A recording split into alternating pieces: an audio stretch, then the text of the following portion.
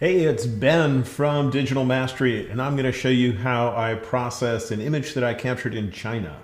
This is an image where I walked into a shop that just happened to have a bunch of drawers that I thought looked interesting, but the lighting just didn't make it feel special. And so I had to do something in Lightroom to transform the image and make it much more enjoyable. So let's take a look. So first, here's the shop. I walked in and I just loved all the drawers, especially because if you looked up close at the drawers, you're going to find it has lettering on each one, nice little labels and things. So here is the shot that I ended up capturing. All I did was I lined my camera up and I tried to make it so I wasn't shooting at an angle, and therefore I wouldn't have a lot of distortion. But it was really dark in that shop. I was shooting, I think, at ISO 5000, and I just wanted to make sure that it didn't end up being blurry. So that's why I had my ISO setting so high. Then here is the end result. You'll notice the end result just has a little more personality to it. And that's because I added some kind of faux lighting to it using Adobe Lightroom. Now, everything that I do in Adobe Lightroom can also be done in Adobe Camera Raw. So anything I do here, the same tools, the same adjustments are available in Camera Raw. Just keep that in mind. So now let's take a look. Let's transform this image. I'll just go to the original here, and I'm going to go to Photoshop's Develop module. And in there, here we have our basic adjustments. And let's see how I ended up thinking about this. Well, the first thing is, you'll see that on the histogram, there's a huge gap on the right side of the histogram. Now, most of the time, I'd notice that in camera, and I'd adjust the exposure to make it so I end up with a brighter image, and it would make that gap either be reduced or go away.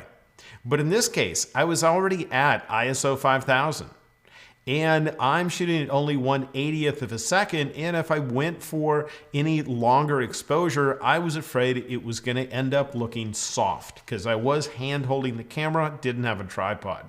So that's what we're going to have to deal with. Well, anytime I see a big gap on the right side of a histogram, one of the first things I usually do under the Basic tab is I will take this slider called Whites and I will move it to the right. As I move it to the right, you will find the gap on the right side of the histogram will get smaller and smaller. And eventually, if you push it too far, you get a spike on the end. That means you have a large area of solid white, and I want to avoid that. But I might push it up there a bit, probably somewhere in this general range, to generally reduce that gap. But now, if I look at the image, it still looks pretty dark. So I'm going to grab the exposure slider, and I'm going to crank it up as well. Instead of working on just that gap that's on the right side, it's going to move the histogram as a whole.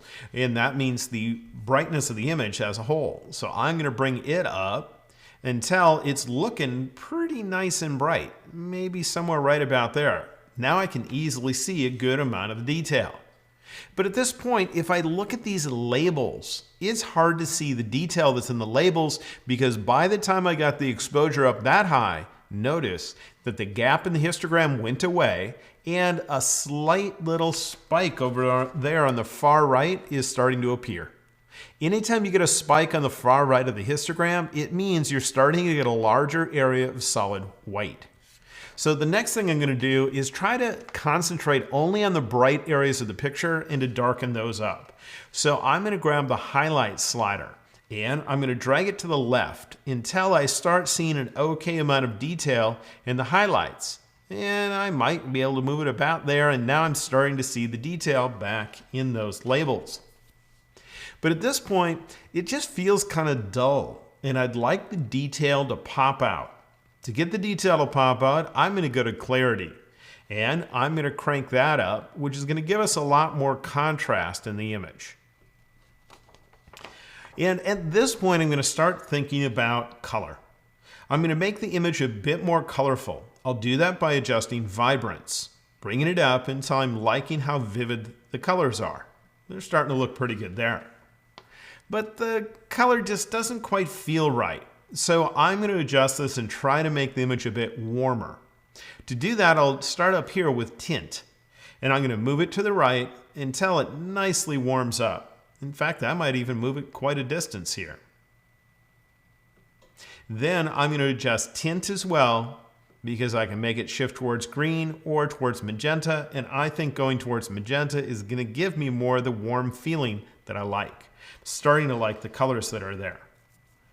Now at this point, I could adjust the dark portion of the image and decide how much detail I'd like within it. I could either pull it up to bring it out of the shadow detail, but the problem there is it just doesn't feel like there is any lighting then. So instead, I'm going to bring the shadows lower. And by bringing them lower, I'm going to be able to make it feel a little bit more moody. But at this point, the difference between the bright areas and the dark areas are too great. And if I want to control how big of a difference there are between those areas, that's what contrast does. So if I reduce contrast, the bright and dark areas will become more similar to each other. And therefore, I can control how big of a difference there is. I think I'm going to bring that down just a little bit. And at this point, when I look at the edges of the picture, like out here, I'm thinking it's too bright. So the next thing I'm going to do is go over here to an area called Effects. In Effects is where I find post-crop vignetting. And I almost always set it to color priority. Highlight priority is usually going to make the edges too saturated. Paint overlay is usually going to just make it look plainly bad because it just adds white or black on top of your image. And color priority usually makes the colors look right. So let's darken this up a little bit. And then let's pick exactly what settings we might want to use. In fact, I probably don't even need to change them. I like that. Just slight darkening of the edge so that it's not quite as bright out there. But at this point, what I'd like to do is control the color separately for the bright areas and the dark areas. To accomplish that, I'm going to go to this area called color grading. And what I'd like to do is I want my shadows, if anything, to look a little bit cool. And so I'm going to go to this area right here called shadows. I'm going to click right in the middle of this and just drag it a little bit towards blue. Not a lot. It's going to be a subtle change. But I'm going to do the opposite in the highlights. Now in the highlights, which is this slider, I'm going to pull it the opposite direction to warm up those highlights. And I'm not going to go all that far. But by doing so, we're going to get a difference in how much color is in the shadows versus the highlights. Then I can control where the shadows and highlights are, like how far of a range it's considered, by adjusting this slider called Balance. If I hold down the Option key when I click on it, that's Alt in Windows, it's going to show me as if I'm adding a huge amount of blue and yellow to the image. And so then I can move this around and see, in this case, my shadows are dominating the image because blue is taking over. If I go the opposite direction, you'll see that yellow is. And somewhere in between, I should end up with a good balance of the two. And I'm thinking somewhere right about there, where the yellow seems to be limited to the highlights and the blue to the shadows. So I'll let go. And that brings me back to the amount sliders I had previously. Now, this image, since it was shot at ISO 5000, I bet if I zoom up on it, it's going to look noisy, really noisy. Usually, I'd end up zooming to about 200% to really get a good sense for the noise. And let's figure out how we might deal with that. I don't think I'm going to completely remove the noise, but I do want to tone it down. So let's go to this area called Detail. The first thing I want to do is make sure that we're not exaggerating the noise, because the default for sharpening is not 0. And with default settings, it sharpens the entirety of the image. But if I look at this image, I don't see any fine detail in this area, anything that really needs to be sharpened. Just where this edge detail is, or where these little splatter marks are, and little scratches. But the area in between them is really nothing that's usable detail. So I'm going to come here to the masking slider. I'm going to hold down the Option key, that's Alt in Windows, and I'm going to click. Whatever's white is going to be sharpened. And with default settings, everything's being sharpened. So I'm going to crank this up until those areas that I didn't think had any really useful detail turn black. And I'd say right about there, I'm starting to get the vast majority of it black, but I still have white where the true detail was. So I'll let go. And now I know that my sharpening is not exaggerating this noise. If you want to see the difference, I'm just going to double click here on the masking slider. That'll reset it to its default setting. And you can see how much it was exaggerating the noise with sharpening. Then I'll click again to bring it back to where I had it. So then down here we have noise reduction. And I doubt I'm going to get rid of all the noise, but I just want to make it less objectionable. So I'm going to bring noise reduction up to see if I can smooth out that image. It's starting to get a little bit smoother. But then here's a slider called detail. I'm going to crank it as high as it goes, and if that ends up getting rid of my noise reduction, then I'll back off on it until I find the highest setting that still allows the noise reduction to apply. I might also fine-tune my luminance a little bit. Now remember, I'm zoomed up to 200%, so this is detail looking at it a lot more than usually would.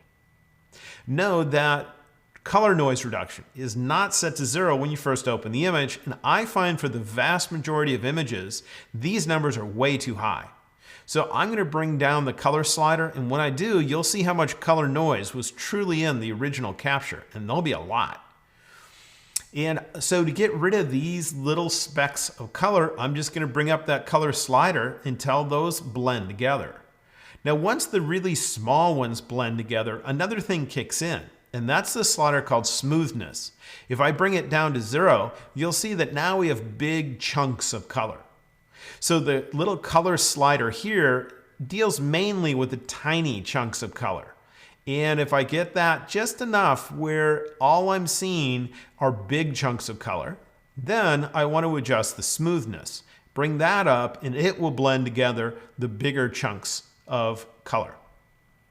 Finally, if you had any fine detail, like you had beads where tiny little areas of color were showing up, then I would adjust this slider to try to go for the highest setting that doesn't undo your color noise reduction. But in this particular image, I don't think we have any really small specks of color. So I'll click and now we're zoomed out. And so then one other area I'd go to is lens corrections and just double check that both of these checkboxes are turned on, and therefore we won't have any color fringing around the edges of things because chromatic aberration would get rid of that. And at this point, I just want to add more mood to the image with lighting. To accomplish that, I'm going to grab the adjustment brush. And with the adjustment brush, I can dial in whatever I'd like.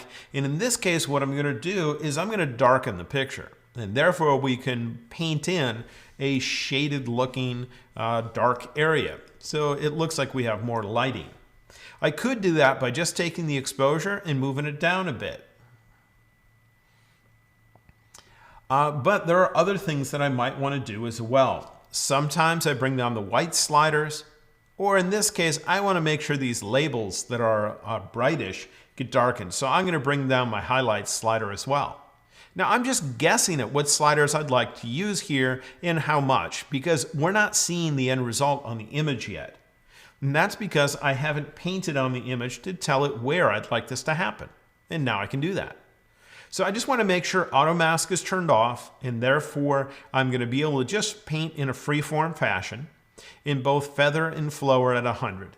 And all that means is that I'm going to get 100% of what I asked for on my first paint stroke. Then I'm going to paint diagonally across this image, like this, to darken up an area. And I'll move over a little bit and then paint diagonally once again. And then let go and move over to the corner and paint diagonally once again. And therefore, it's going to feel as if the light is just kind of striking across the image in a diagonal fashion. And I can do other things to make those areas look more interesting. Remember, we're working on the dark shaded areas. I could bring clarity into a negative setting. That's going to soften the shadowy areas within this picture. I could also make it a little bit less colorful in the dark shady areas by bringing down my saturation a bit. Or I could adjust other things. I mean, heck, I could try contrast, see what happens when I increase it or decrease it. Increasing it seems to make it darker, and I kind of like that. Although I'm pretty sure I could have done that using the exposure slider instead, but I just happen to be using this one. But now I think we're getting a really moody looking image. So I don't know if this is the exact process or end result that I went through, but it should give you the general idea that I used. So now I'm going to go and switch to a different version of this image, and that would be the original version. Here, I'll just switch with the arrow keys on my keyboard so you might be able to see any difference between this image and this one. This is the actual finished result, whereas this is the one we just made. And the only difference is, with this version, I was more careful. It looks like I made the image a little bit brighter compared to this one, which is the one that we did just now. But in general, you get the sense that you can kind of transform the overall look of an image using just Adobe Lightroom or Adobe Camera Raw. The original capture that you get from your camera, I think of as just raw material. Oftentimes it looks kind of dull and boring, and it really needs some influence from me. And I can really put my own personality into it if I end up not applying my adjustments evenly across the whole image. Instead, I grab that adjustment brush and I decide I'm going to make this feel a little bit more moody by darkening some areas more than others to add lighting that I wish was in the scene itself. But the scene had boring lighting, so we had to do it in Lightroom. So if you want to learn more about the tools that I use to transform this image, be sure to visit my main website, which is mastersacademy.com. I'll see you next time.